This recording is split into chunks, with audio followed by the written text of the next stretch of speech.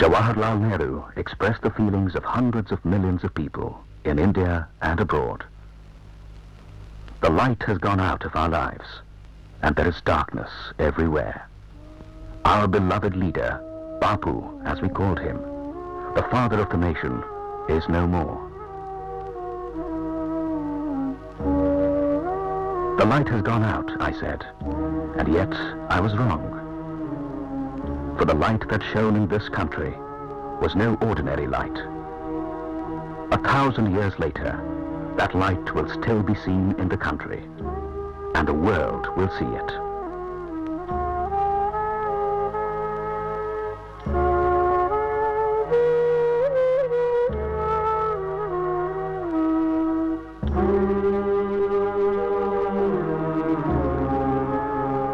From the martyrdom of Gandhi emerged a philosophy which is also a standard for moral and spiritual conduct, not only for nations, but also for individual people all over the world.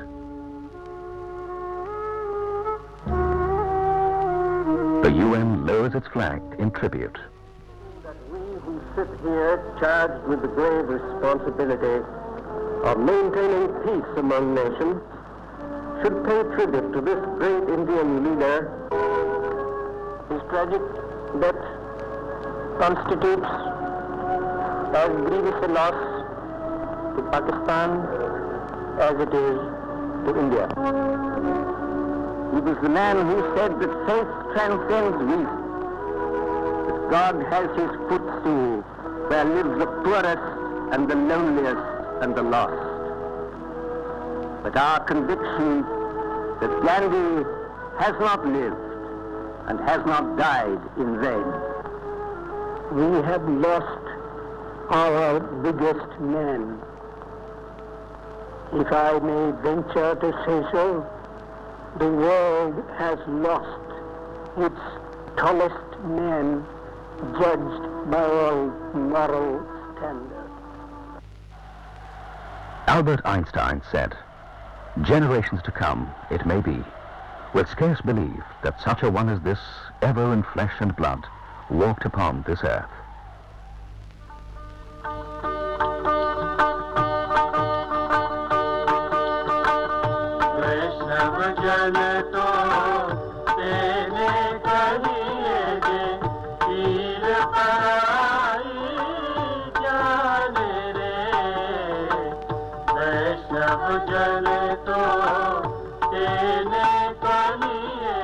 The world honors this man.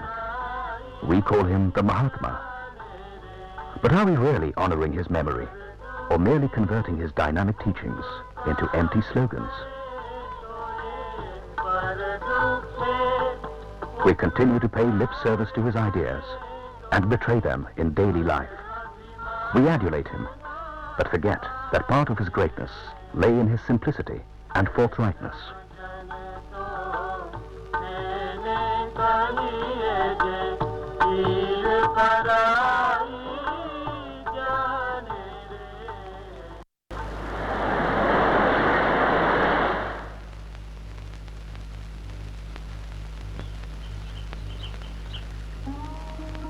Mohandas Karamchand Gandhi was an ordinary boy, an average child with no sense of mission whatsoever.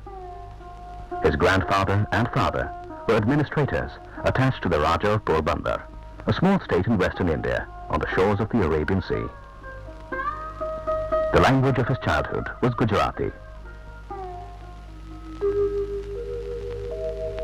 In the Gujarat of the late 19th century, there existed a profound influence of Jainism.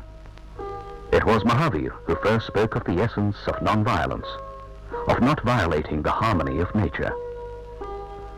Mohandas's mother, a religious woman by temperament, introduced him to the teachings of Mahavir and some of the Gujarati saints and poets. The seeds of non-violence as a concept were being sown early in his life.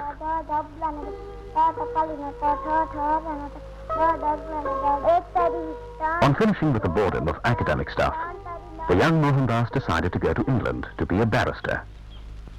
Gandhi was a Vaishnav.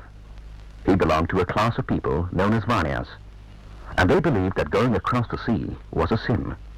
So they excommunicated Mohandas and he was never readmitted to this caste.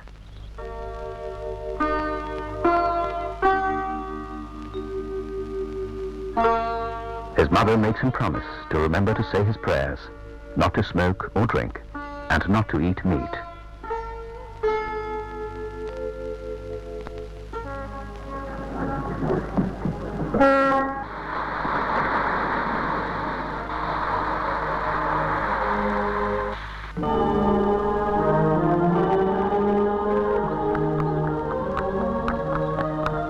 In London, he felt lonely and lost in an alien environment. He has himself recorded how he wept bitter tears, thinking of his mother and the comforts of home. In London, Gandhi was compelled to live frugally on his meager allowance. Much to Gandhi's surprise, there existed in London in the 1880s an active vegetarian society. Its members believed not only that it was wrong to kill animals, but that a vegetarian diet was conducive to better health. In London, he began to devour the literature of Western humanism. Mohandas read books on Buddhism, such as Matthew Arnold's Light of Asia. In Christianity, too, he found most appealing the concept of non-violence. He was greatly influenced by the Sermon on the Mount. Moreover, from Ruskin, he learned a comprehensive moral code, respect for the law, and harmony with nature. From Tolstoy he learned to value the dignity of labor and respect for the farmer and all working people. While his ideas were taking shape in his mind, he completed his studies and was called to the bar.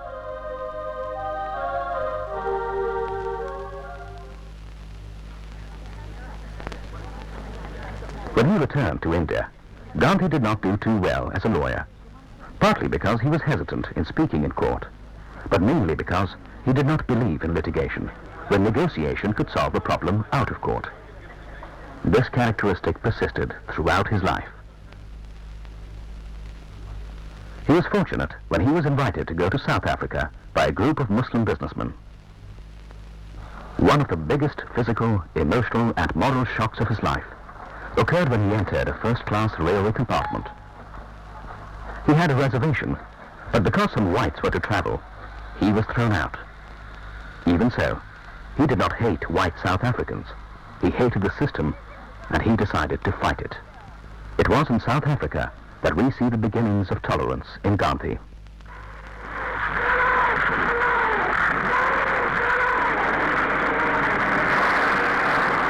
The Boer War broke out between the Dutch settlers and imperialistic Britain in 1899. Irrespective of who was fighting who in the Boer War, Gandhi chose to work in an ambulance corps to look after injured Africans.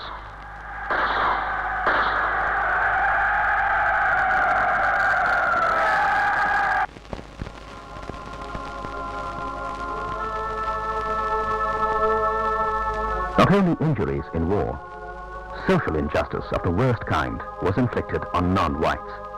For the most part, the whites treated them like chattel or animals and referred to them as dirty dog. It was in response to this inhumanity that Gandhi helped to found the African National Congress.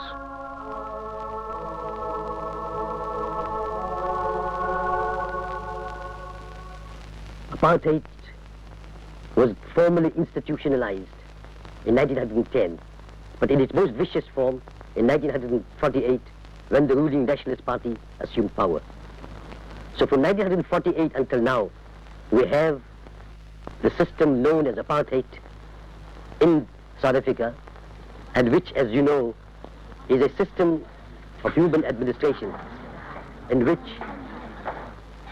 a small white minority maintains power by force and violence and continues the brutal subjugation of the vast majority of black South Africans for the benefit of a few white South Africans.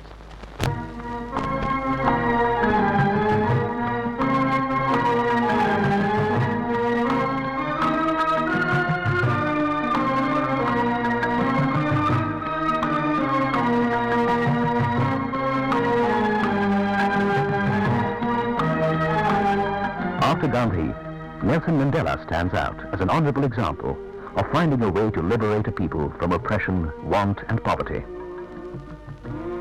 When he was released from prison, Nelson Mandela came to India to receive the Bharat Ratna, India's highest award.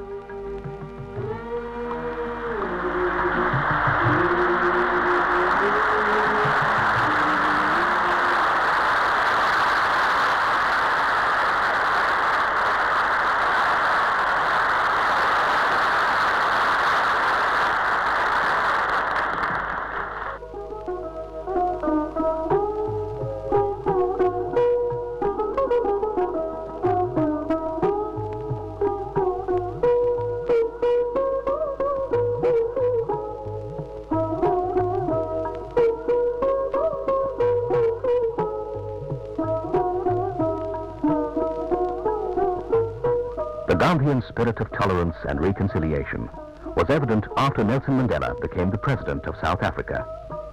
On his second visit to India, he said, India was the first country to voice the abhorrence of apartheid to the world. We salute you in the name of the African National Congress and the millions of the oppressed, fighting people of South Africa.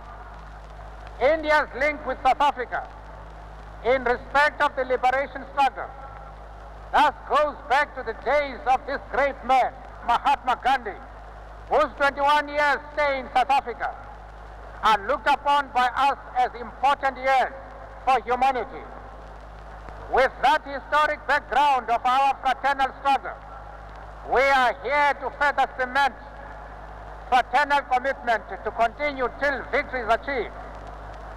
Our victory will be your victory. Indeed, victory for the entire world.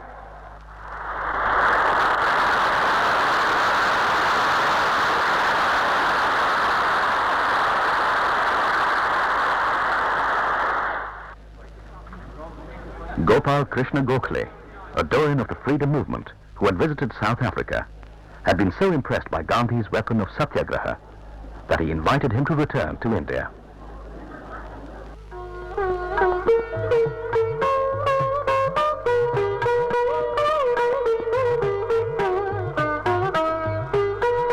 Gandhi was given an enthusiastic welcome by everyone, except, of course, the British and his own caste.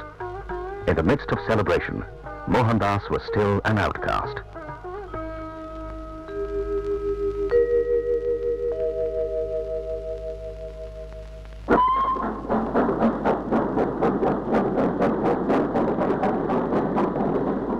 On Gokhale's advice, Gandhi undertook a long journey throughout India, a sort of Bharat Darshan, to acquaint himself with conditions in India.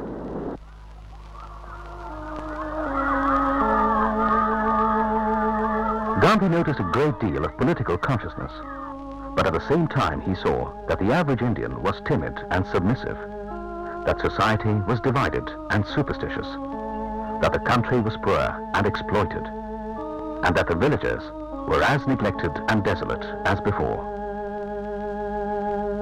After educating himself on Indian realities, when he did decide to enter the political arena, he did so having made a final decision: for the people, with the people. It was easy for the masses to understand Gandhi because he spoke their language. He lived as they lived, dressed as they did, and so they identified with him.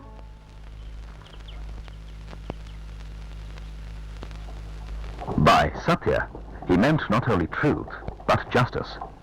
By Ahimsa, he meant not only non-violence, but love for all living things. Gandhi's doctrine of satyagraha was first tested in the Champaran district of Bihar. He was invited to inquire into the grievances of agriculturalists who were forced to cultivate indigo by oppressive and corrupt planters. First, Gandhi talked to the planters, against whom there was clear evidence of corruption.